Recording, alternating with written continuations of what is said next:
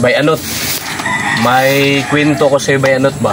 Oo. Tungkol to sa isang magandang babae. Oh, sobrang ganda niya talaga. Ang dami nga niyang manliligaw eh. Eh siyempre, hindi nagtagal, nagkakaroon naman siya ng mga boyfriend. Tapos, sa tuwing nabubuntis siya, pinapalaglag niya kasi. Pinapalaglag niya ba? Tapos, eto, nagkaroon naman siya pangalawang boyfriend, nabuntis na naman siya ulit.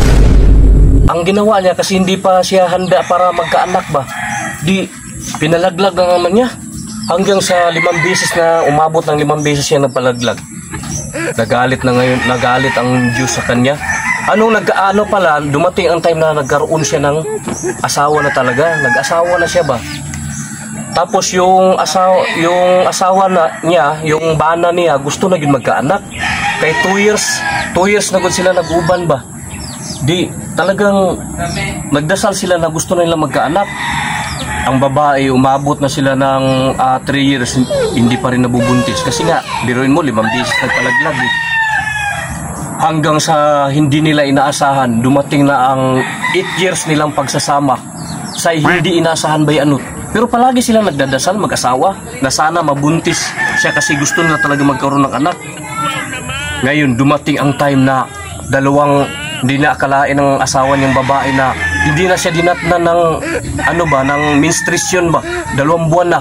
Di tuwang-tuwa sila mag-asawa kasi yun pala, buntis siya. Nagpa-check up sila doon sa doktor, buntis pala. Sa hindi nagtagal, eto na, kabuwanan na ngayon ng yung asawa niya, manganganak na. Ay, salamat Lord, kahit papano binigyan mo kami ng anak. Yun na. Sus, kung nung nanganak na Tulanot, ito na, kabuwanan na, nanganak na ngayon. Kahit ang doktor di makapaniwala eh. Kasi sobrang liit ng anak niya. O at least binigyan siya ng anak. O, binigyan siya ng anak. Ang anak niya kasing laki ng aratilis ba? Alatris. Kung sa Bisaya ba, kanang mansanitas ba? Mansanitas mo na siya, alatris pala sa Tagalog yan. Ganun lang ka, pero sabi niya,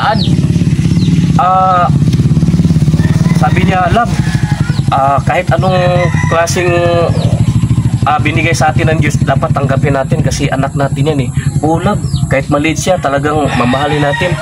Ito na ngayon, biruin mo ba sa sobrang liit, pinapapatong dito sa palad, oh. Ang cute ka mo dito. Tapos, pero yun nga, sinabi ko sa iyo na sobrang malas niya talaga kahit papano ba, nagkaroon na siyang asawa, nagkaroon siyang anak. Kasi ganito ang nangyari. Sa sobrang cute ng anak nila, pinapapatong lang sa palad, parang alatris. Murag mansanitas kadako. Di, siyempre anak mo yan, amuy-amuyin mo ba? Simut-simuto ni mo. Sus, hindi nila akalain na kasi yung asawa niyang babae medyo malaki din rin yung butas ng ilong niya. Pag singhot karon ba, pag singhot kinisulod mo lang sa ilong ang anak. Di moto iyang gisikma, gisinga niya ba.